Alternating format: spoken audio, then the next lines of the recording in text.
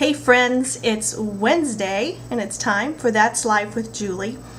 There's been a word that's kind of been settling down on my mind and my heart here the past few days, and it's the word ordinary.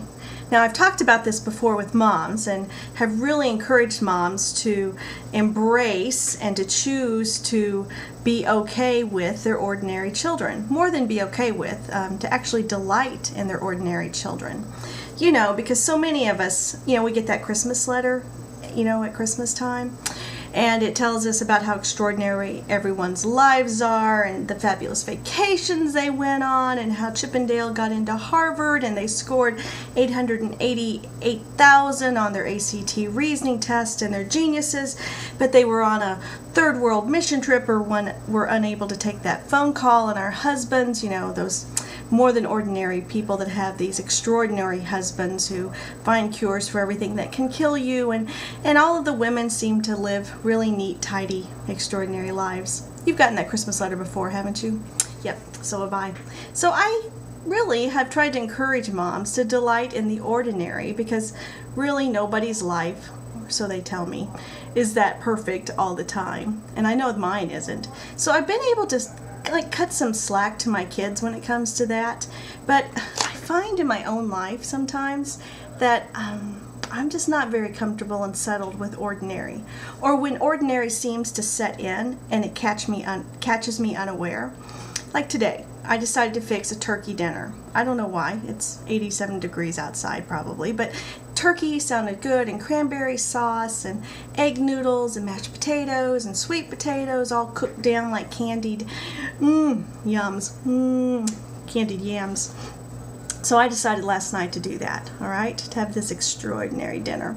So I was rolling out the noodles here just a few minutes ago. In fact, oh, there they are. There's my noodles. Anyway, I was rolling those out, and for some reason, this is the weirdest thing. Maybe it's just me. I'm some freak of nature. But I was just overcome with this kind of like, this is kind of a ordinary, boring life right now. I'm rolling out noodles, and I wish I had a noodle thing on my KitchenAid that just did them really fast. And I looked over at my glass of water, and I was kind of irritated because my daughter tells me, my oldest child tells me that I'm dehydrated and I need to drink more water.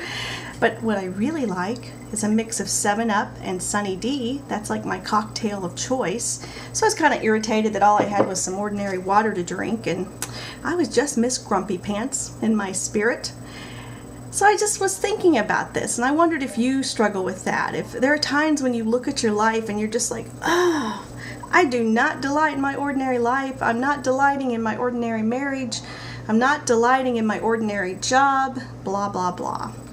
If so, I just want you to know that I'm there too, and that I want to encourage you with the truth that I know in my heart and I know in my head, but sometimes I just don't practice it. And that's that every day and every moment and every breath really is extraordinary. Although, just between you and I just want to pop the head, of people, like a Pez machine, those who are like, God uses ordinary people in extraordinary ways, or I don't know, something like that. Sometimes I get tired of hearing that cliche. But I do know the truth is that every moment of this life is fabulous, and we have to choose to see and delight in the ordinary. So here's what I'd like you to do. I'd like you to think out loud and say out loud 5 things that are ordinary but sacred, because the sacred resides in the ordinary. The sacred makes its home and it builds its nest in the ordinary. So right here in my little kitchen, my ordinary kitchen with no Viking stove, I delight in the aroma of this place of turkey cooking. I delight in the ordinariness of rolling out those noodles that I just showed you, and the memories that came back of my grandmother, and really thinking about her hands. They were so crippled, they were just twisted, and she would roll out noodles, 80 years old, 84 years old, and would do that. And I actually, as I was doing that, I was like, God, I don't know how this works, but if you're able to tell my Grandma Bonnie that I just love her and I appreciate her and I can't wait to see her again, I would just Would you do that for me? So I don't know if that works that way or not, but it was worth a try. Ordinary, the sound and the hum of my air conditioner working, being able to put down those windows and be able to have a home that's cool, because I know that's an extraordinary gift to so many people in this world and in our country, even here in North America.